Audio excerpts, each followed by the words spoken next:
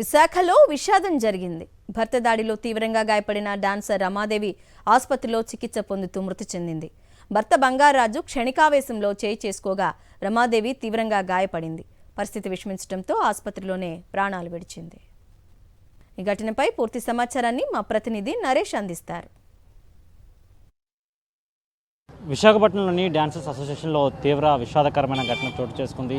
రమాదేవి అనే డాన్సర్ మృత్యువాత పడిన ఘటన చోటు చేసుకుంది. ప్రస్తుతం మనం విశాఖపట్నంలోని కేజీహెచ్ ఆసుపత్రి వద్ద ఉన్నాము. అదే టూటౌన్ పోలీస్ స్టేషన్ పరిధిలో నివాసం ఉంటున్న డాన్సర్ రమాదేవి విధంగా తన భర్తకు బంగారాజు కూడా తీవ్రంగా గొడవ జరగడంతో ఈ గొడవ నేపథ్యంలో కూడా ఒక్కసారిగా బంగారాజు ఆమెపై దాడికి ప్రయత్నించిన సమయంలో తీవ్రంగా గాయపడిన రమాదేవి పూర్తిగా ట్రీట్మెంట్ పొందుతూ కేజీహెచ్ ఆసుపత్రిలో మృతి చెందిన ఘటన చోటు చేసుకుంది. ప్రస్తుతం మనం కేజీహెచ్ మార్చి వద్ద ఉన్నాము. కొంతమంది డాన్సర్స్ కూడా ఆమె మృతి పట్ల తీవ్రంగా విషాదకరమైన ఘటన అని వారు భావిస్తున్న పరిస్థితి కనిపిస్తుంది. ప్రస్తుతం మనతో పాటు కొంతమంది డాన్సర్స్ ఉన్నారు.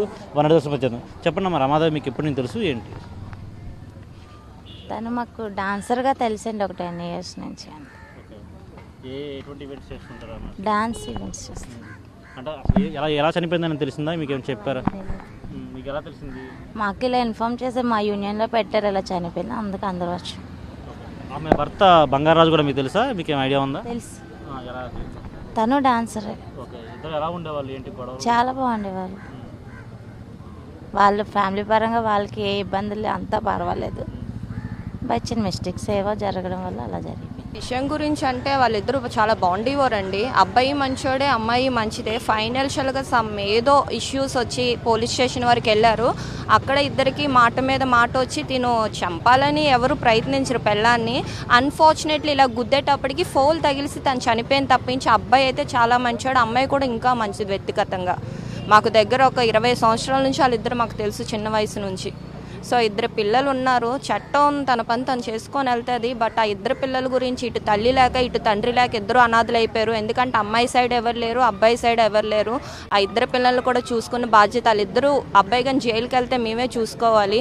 సో ఇటు మీడియా వాళ్ళు, డిపార్ట్మెంట్ వాళ్ళు యాజ్ పర్లా కొంచెం కనికరించి అబ్బాయికి శిక్ష వైజ్గా తగ్గాలని అందరం కూడా కోరుకుంటున్నాం.